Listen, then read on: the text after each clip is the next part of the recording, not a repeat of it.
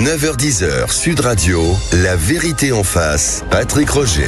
La vérité en face, évidemment, comme chaque mercredi, Thomas Guénolé, Elisabeth Lévy, vous les avez entendus tout à l'heure, bonjour à tous les deux. Je voudrais connaître à l'instant T, c'est-à-dire 9h25 aujourd'hui, ce que vous pensez là de ces 2 jours de la séquence qu'on vient de vivre autour de Marine Le Pen et la justice. Si vous deviez en 1 minute 30 résumer votre sentiment avant d'aller après dans les détails. Quoi. Les Thomas hommes d'abord, les 1 minute pauvres. 30, d'accord. Ouais. La condamnation de Marine Le Pen est totalement justifiée. C'était bien des emplois fictifs. La justice a traité Marine Le Pen comme n'importe quel justiciable. C'est normal que les peines soient plus lourdes que pour l'affaire du Modem. La peine d'inéligibilité de Marine Le Pen est normale et l'exécution provisoire est normale aussi. Alors comme il reste quelques secondes, Marine Le Pen et le Rassemblement National, accessoirement, ils ont trahi leur confiance de leurs propres électeurs puisqu'ils avaient voté pour main propre et tête haute et qu'ils se sont retrouvés avec un détournement de fonds publics de 4,5 millions. Donc les électeurs de l'extrême droite sont cocus et contents apparemment. Ah bon, J'ai fini. En 1 minute 30, bien résumé. Il me donne ces secondes restantes. Alors premièrement, je trouve cette décision absolument délirante. Je l'ai lu. Ouais. Donc, et je vous dirai vous avez après... lu les 130 pages là Pas les 130, mais j'en ai lu beaucoup, et je vous assure, il y a des phrases délirantes. Par exemple, il est dit que c'était d'autant plus grave que ce parti était anti-européen. Donc, si c'était un parti fédéraliste, aucun problème, beaucoup moins grave. Je pense que la faute commise par Marine Le Pen et les députés RN, enfin le FN à l'époque, au Parlement européen, n'est pas une faute morale en réalité. Ils ne se sont pas mis d'argent dans les poches. Je pense que c'est une façon idiote de considérer le travail politique que de penser, si vous voulez, c'est une façon dépolitique, apolitique, de penser que quelqu'un qui est payé au Parlement européen est un fonctionnaire alors qu'il est l'aide d'un élu qui fait un travail politique. Au parti, ailleurs, dans les bistrots, sur les marchés, je m'en fiche. Donc, c'est une faute pénale, mais pas une faute morale. Troisièmement, il n'était absolument pas obligé de mettre l'exécution provisoire. Et la juge écrit, je le fais, car pour moi, ce serait un trouble à l'ordre public que Marine Le Pen puisse se présenter. Donc, nous sommes entrés dans le gouvernement des juges, et de juges dont un tiers, quand même, je vous le rappelle, considèrent que leur grand but dans la vie, c'est d'empêcher l'extrême droite d'arriver au pouvoir, c'est-à-dire qu'on se fout de la gueule des électeurs. C'est le syndicat de la magistrature, hein, c'est pas tous les juges quand même. Un tiers, je viens de le dire, un tiers. Exactement, un tiers. Combien même, c'est leur droit. Attends, j'ai pris tes secondes. Trop tard. Donc, ça, en plus, c'est toujours sur la même France qu'on tape, parce que la France de Marine Le Pen, c'est la France qui regarde des C8 et à qui on vient de piquer C8. On lui dit, t'as pas le droit de voter pour ta candidate, t'as pas le droit de venir avec tes bagnoles dans ma ville, parce que tu comprends. Moi, c'est pas forcément les mêmes. Je pense que c'est une nouvelle manifestation d'un divorce absolument terrifiant entre des élites qui ont décidé une fois pour toutes qu'elles savaient ce qui était bon pour le peuple, qu'elles savaient beaucoup mieux, et que dans le fond, si vous voulez, si ces gens pouvaient arrêter de voter, arrêter de nous enquiquiner, et d'ailleurs se la fermer, ce serait bien. Et j'en finis avec une question. Bon, parce qu'il va y avoir la réponse. Une question. J'en finis vraiment avec une question. Et évidemment, Marine Le Pen n'est pas traitée comme les autres justiciables, c'est tout à fait faux. Cette exécution provisoire est tout à fait inédite dans ce genre de cas. On verra pour Mélenchon. Le risque de récidive, vous savez pourquoi ? Vous savez pourquoi ? Parce qu'ils se sont défendus, parce qu'ils ont dit ce que je viens de vous dire, nous reconnaissons les faits, mais nous ne reconnaissons pas leur gravité. Nous pensons que ce n'est pas une infraction. Ça n'est pas écrit dans le règlement du Parlement européen, voilà. Et parce donc, si je vous suis, Elisabeth, et ça veut dire que la juge se dit, bah oui, si Marine Le Pen était arrivée au pouvoir, elle pourrait, de la même manière, évidemment, exploiter les choses, faire des détournements. Je termine par une question qui va dans le sens de Thomas, ce qui m'étonne. Avec tout ça, si vous voulez, avec une situation qui, à mon avis, est en train d'ôter au peuple une grande partie de son pouvoir, c'est l'absence. Là, je me suis planté. L'absence de réaction. Les gens. Alors, j'en ai parlé avec Jean-Jacques Bourdin qui me dit, mais tu sais, les gens qui ne sont pas militants, qui ne sont pas ceci, ils pensent que les politiques sont tous pourris, ils s'en foutent. Ça ne les intéresse déjà pas complètement faux. Et je suis quand même sidéré par Et là, je me suis trompé, je le reconnais. Tiens, d'ailleurs, c'est un appel, 0826 300 300. Voilà. Est-ce que finalement, ça vous intéresse vraiment, cette histoire, ou est-ce que vous en fichez plus ou moins? C'est ce que vous dites, Elisabeth Lévy. Mais je voudrais quand même dire que ça me paraît grave, Thomas, la situation dans laquelle nous sommes. Je ne blague pas là. Oui, je comprends. Je pense que c'est une situation extrêmement grave de dépossession démocratique. Et je pense que tout ça va finir par mal finir. Bon. Alors, plusieurs points donc. Oui. D'abord, oui, je pense que la condamnation de Marine Le Pen est totalement justifiée. Ce que vous avez dit tout à l'heure. Oui, mais je vais vous expliquer pourquoi maintenant. Bien sûr.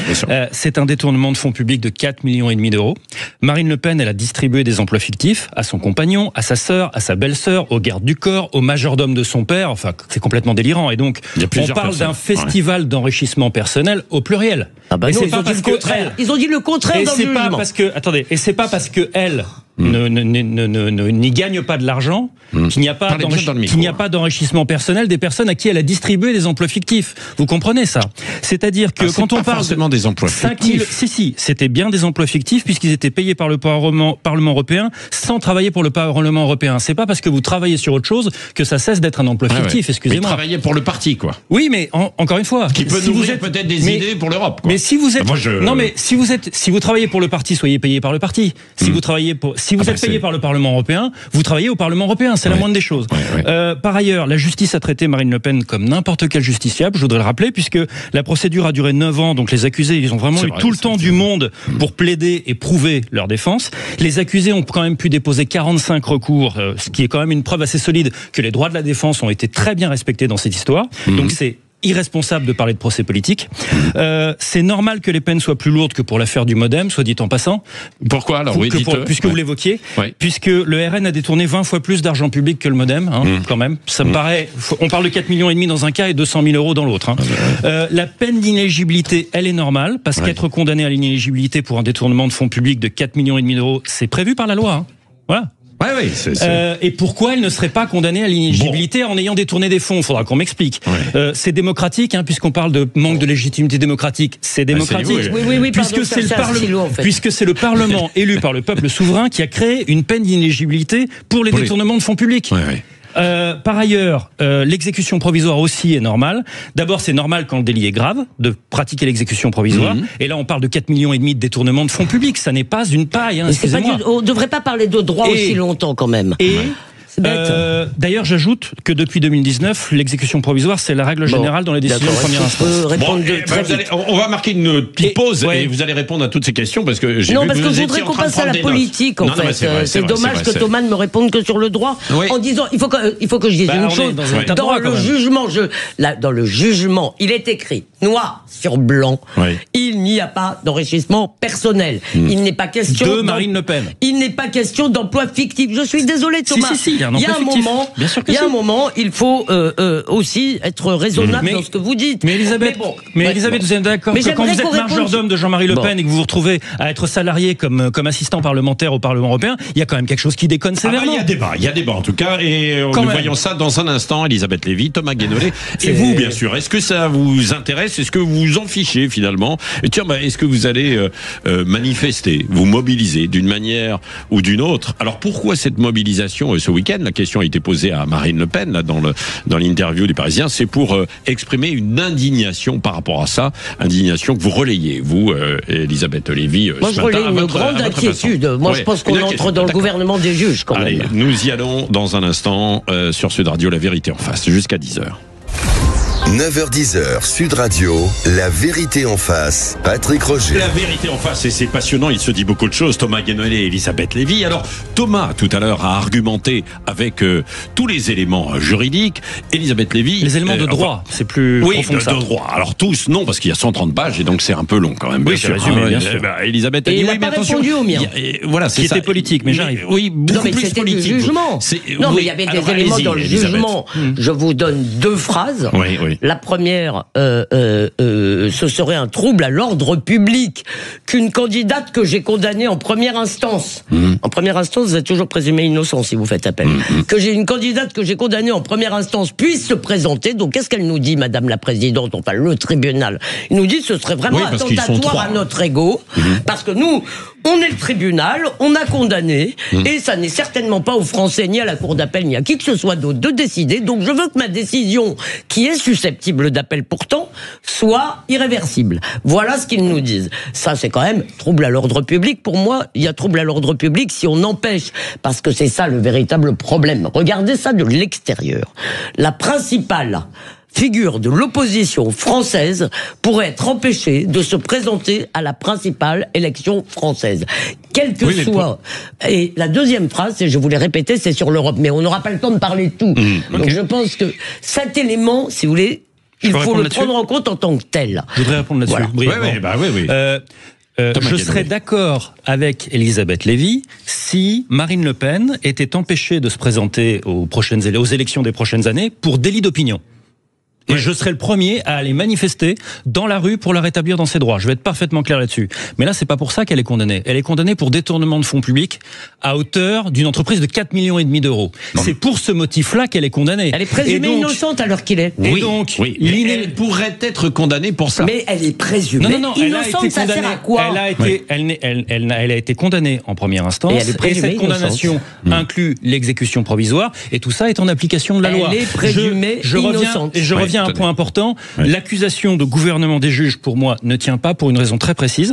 La justice, en l'occurrence, a appliqué la loi votée par le Parlement, qui est l'expression du peuple souverain.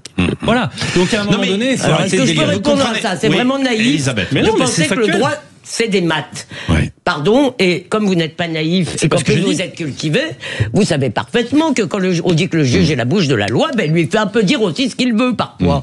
Il y a une interprétation évidemment de la loi, puisque tout le monde, tous les juristes, 100% des juristes, ont dit le tribunal pouvait prononcer l'exécution provisoire, il n'en avait aucunement l'obligation. C'est pas la loi Sapin 2 qui est visée là parce que c'est des faits antérieurs. Alors c'est inexact. Mais je dis pas que c'est faux, je dis que c'est inexact. C'est-à-dire qu'en fait, le régime normal, c'est de prononcer automatiquement l'exécution provisoire. Attendez, doucement, parce que c'est trop compliqué si je dois m'arrêter à chaque fois. C'est vrai, parce que là, je ne sais plus où je suis. Vous avez raison. Donc, mais la vérité, c'est qu'il n'était pas obligé de le faire. Le Conseil constitutionnel leur a servi il y a 3 jours l'argumentation sur un plateau. Ils doivent prendre en compte la proportionnalité et les conséquences pour la liberté de l'électeur. Ça, c'est un principe fondamental quand même, le choix du vote, la liberté du vote.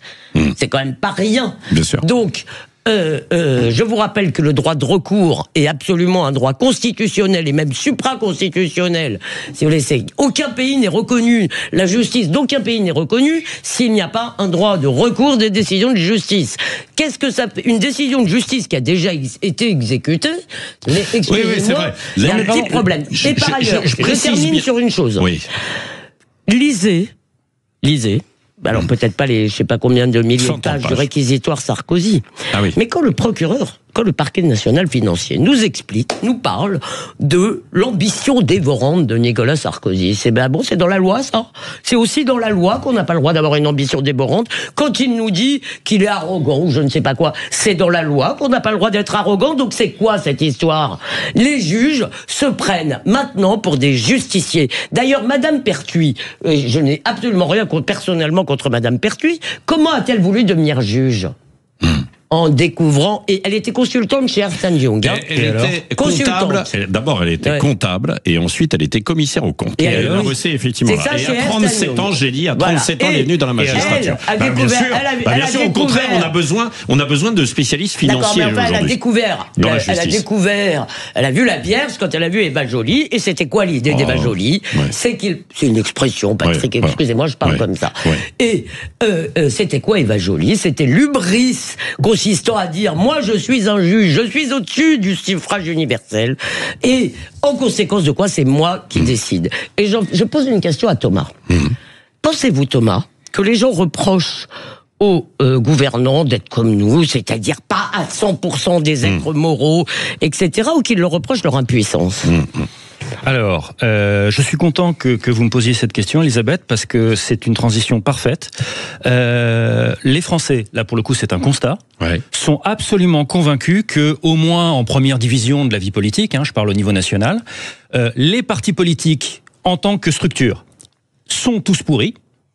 C'est ce que pensent les Français. Non, mais c'est ce que pensent les Français. Les partis, à une majorité écrasante. Vous parlez des partis ? J'ai pas vu cette étude. Si, vraiment. Parce qu'il y avait eu des études. On a des enquêtes accumulées sur le fait que je recommence pour être plus clair. Non, mais pour être plus clair, on a toute une batterie d'enquêtes d'opinion auprès des Français qui montrent que ils sont absolument convaincus que au niveau national, les grands dirigeants de partis politiques sont tous pourris. Ils sont absolument convaincus que la classe politique, les partis politiques en tant qu'organisation sont corrompus de manière générale et systémique. Et ils sont, par contre, convaincus que de manière générale, les élus au niveau local, les maires, etc., sont plutôt des gens honnêtes. Et je suis, pour avoir fréquenté ce milieu de l'intérieur pendant plusieurs années, je suis totalement d'accord avec eux. Bonjour l'amalgame, là. Je suis totalement d'accord avec eux. C'est-à-dire que oui, il y a un problème de corruption structurelle des partis politiques. Pourquoi, à votre avis ? Pourquoi c'est le financement, non ? Alors, pas que. Non, mais si. Non, mais attendez, juste. Non, mais alors, juste. Je fais une petite parenthèse. Je fais une petite parenthèse. Okay. Pardonnez-moi, quand même, 2 secondes.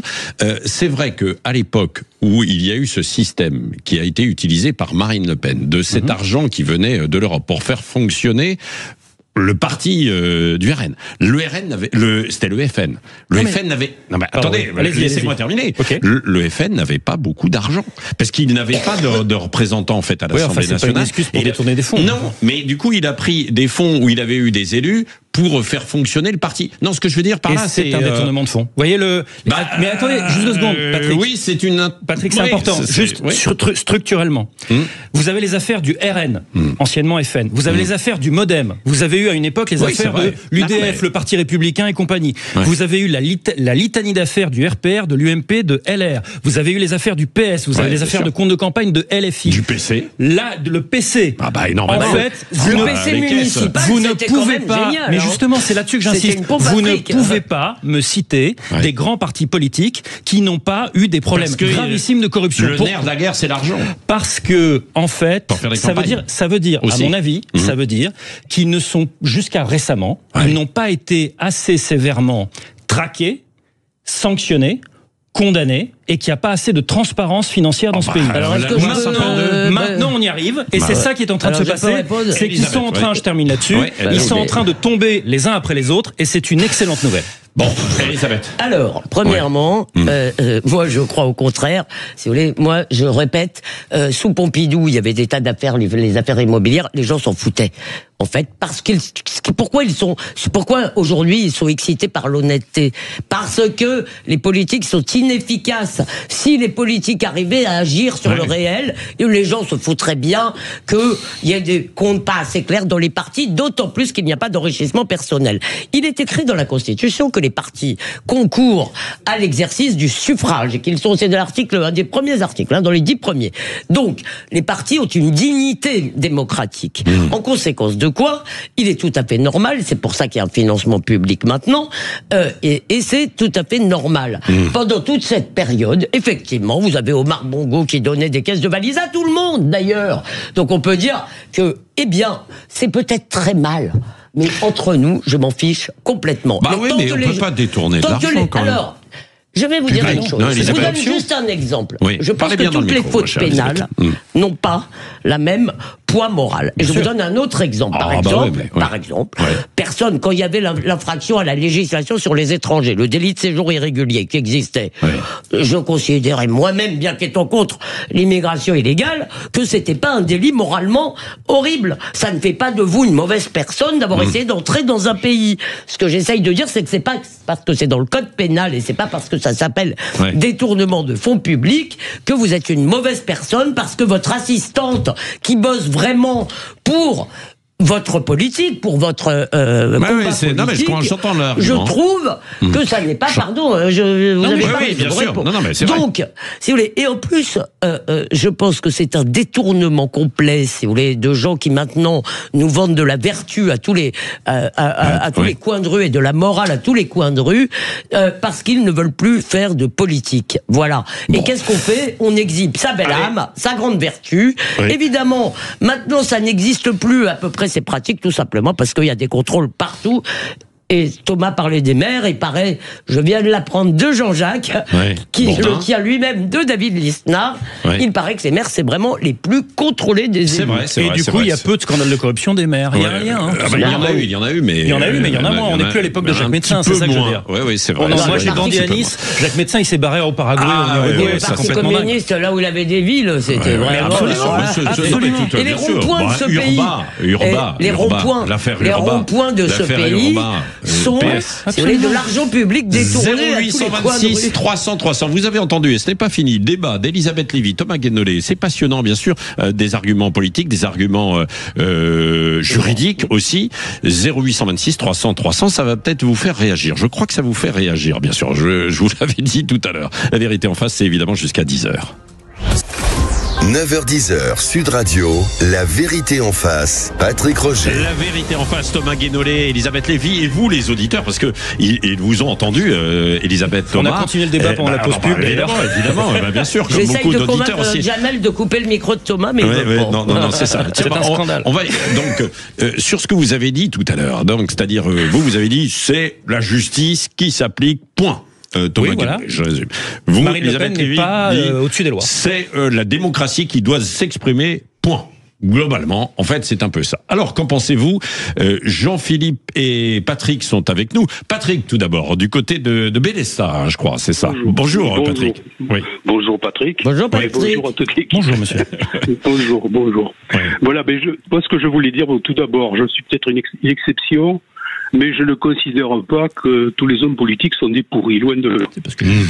Par contre, j'ai de sérieux doutes sur l'impartialité de la justice. Ouais. À partir du moment où 30% des juges appartiennent à un syndicat politique dont le but avoué est de remodeler la société à son gré, moi là, cela me gêne beaucoup. Voilà. D'accord. Ouais, non, mais ça, donc plutôt de l'avis de Jean-Philippe maintenant, et puis ensuite vous répondrez. Hein. Jean-Philippe. Bonjour Jean-Philippe. Bonjour, pardon, on m'a dit de faire très vite, alors excusez-moi. Ouais. J'ai pas entendu les propos de Patrick, j'étais en ligne avec votre assistant. Ouais. Alors moi je vais être très clair. Hein. Est-ce qu'on est devenu fou dans ce pays? Est-ce qu'on est devenu fou? On a des hommes politiques qui sont pour détournement de fonds publics.